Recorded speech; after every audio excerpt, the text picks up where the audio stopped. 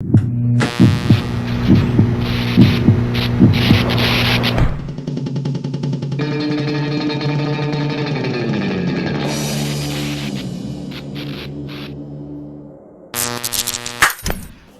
I'm Michelle and this is Pulse Geelong.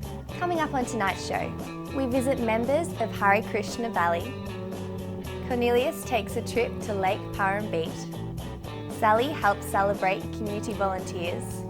Lisa jumps out of a plane. Then Stacey Thompson and Jamie Pye perform in the studio. But first, here's Lisa at CSIRO. When you see movies such as Outbreak and Contagion, you get a very Hollywood sensationalised view of disease and science. Today, we're at the Australian Animal Health Laboratory. We've been invited here for their open day. This laboratory was first set up to help with diagnosis of exotic diseases such as foot and mouth. But now with the new and emerging diseases such as the Hendra virus, us human animals are now being protected as well. So let's sort out fact from fiction and go in and talk to some of the real scientists and get the real story. But first, I've got to take off this ridiculous costume. CSIRO's Australian Animal Health Laboratory is a quarantine facility, and I have Greg Smith, who's the biosecurity manager here at the laboratories. Welcome to Pulse Television. Yes, thank you, Lisa. Can you please give us a little brief rundown on how we keep this laboratory secure from all the exotic diseases that you have here and research on? Sure. We're a fairly unique national facility. We're a high containment facility. It's built within a box within a box. So that means that we have pressure gradients and an inward flow of air through several layers where we work with the high hazard pathogens. Nothing exits the lab without being decontaminated, either through formaldehyde decontamination, through glutaraldehyde dunk tank, or through autoclaving. So nothing actually leaves the facility. And now what all the waste products, so ex-laboratory material, sewerage, all that sort of stuff, is that all treated on site? Yes, it is. We have a very large capacity waste treatment facility for our effluent, and all waste, all laboratory waste, is autoclaved and then incinerated actually within the secure area. Obviously we were initially established to provide a diagnostic capability, so to prevent the incursion of exotic animal diseases into the country.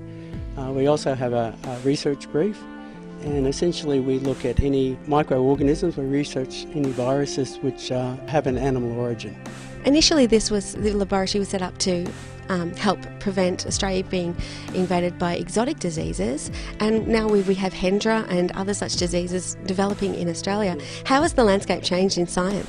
It's certainly changed quite a lot. The biggest risk to humans, over 70% of the newly emerged diseases in the human population have actually arrived from animals.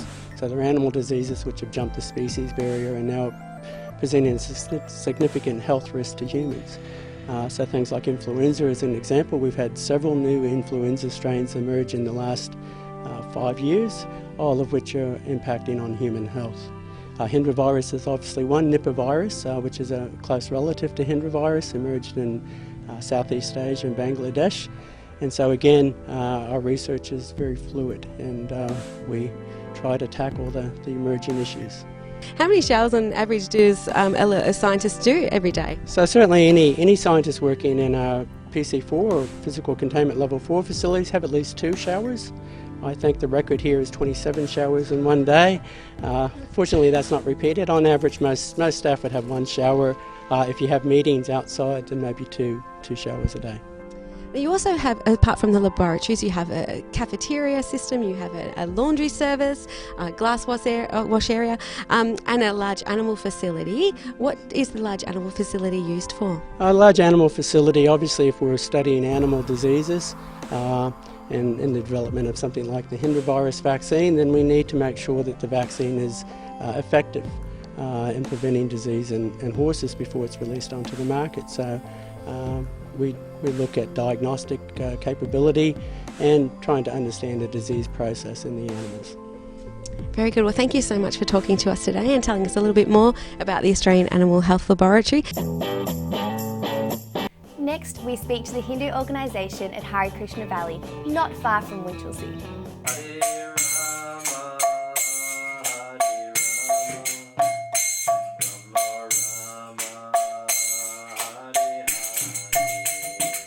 So down here at Hare Krishna Valley, we've got Keshava, our retreat manager. Welcome.